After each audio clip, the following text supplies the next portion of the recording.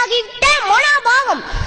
என் தமிழினம் இந்த மோசமான நோயிலிருந்து மீண்டெழவே முடியாதோ என்ற அச்சம் என் மனதை அலைக்கழிக்கிறது. ஒரு தனி மனிதன் தள்ளாடும் போது ஒரு குடும்பம் தள்ளாடுகிறது. ஒரு குடும்பம் தள்ளாடும் போது ஒரு சமூகம் தள்ளாடுகிறது. ஒரு சமூகம் தள்ளாடும் போது ஒரு நாடே தள்ளாடுகிறது. அப்படி ஒரு தள்ளாட்ட நோயால் நம் நாடு சிதைக்கப்பட்டு கொண்டிருக்கிறது. இந்த நோய்கள் மட்டுமா?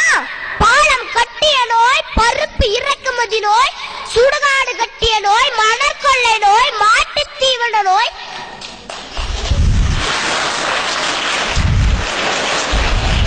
வங்கிக் கடன் நோய், சிமெண்ட் இறக்குமதி நோய், நிலக்கரி நோய், கற்குன்றுகள் களவாடிய நோய், ஸ்பெக்ட்ரா நோய் என பட்டியல் போட்டால் பக்கவாதமே வந்துவிடும்.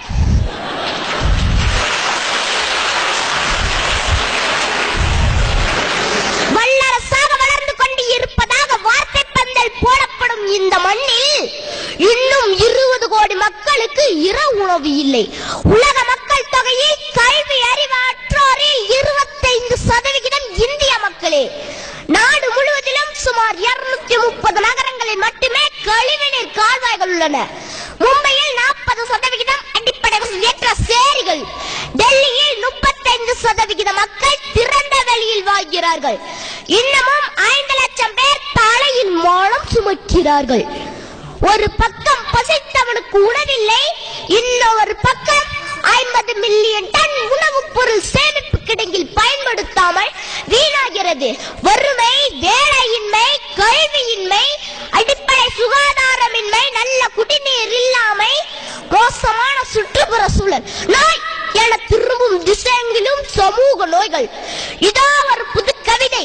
வாயில அழுக்கென்று நீர் எடுத்து கொப்பளித்தேன், கொப்பளிக்க கொப்பளிக்க வாயும் ஓயாமல் அழுக்கும் போகாமல் உற்று பார்க்கிறேன், நீரே அழுக்கு. அழுக்கு நீர் எடுத்து அழுக்கு நீர் எடுத்து 1000 முறை கொப்பளித்தாலும் வாயலுக்கு போகாது.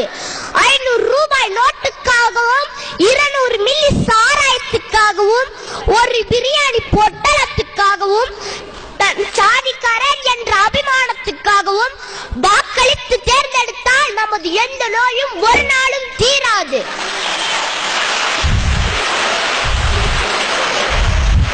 சாக்கடை என்று மூக்கை பிடிப்பதால் அசுத்தம் நாற்றம் போகாது. அடுத்த தலைமுறைக்கு ரோல் மாடலாக காந்தியும் நேருவும் காமராசரும் தான் இருக்க வேண்டும் என்பதல்ல.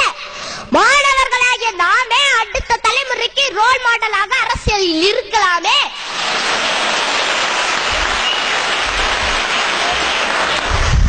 நாம் அரசியலில் இருந்தால் அரசியலுக்கே மருத்துவம் பார்க்கலாம்.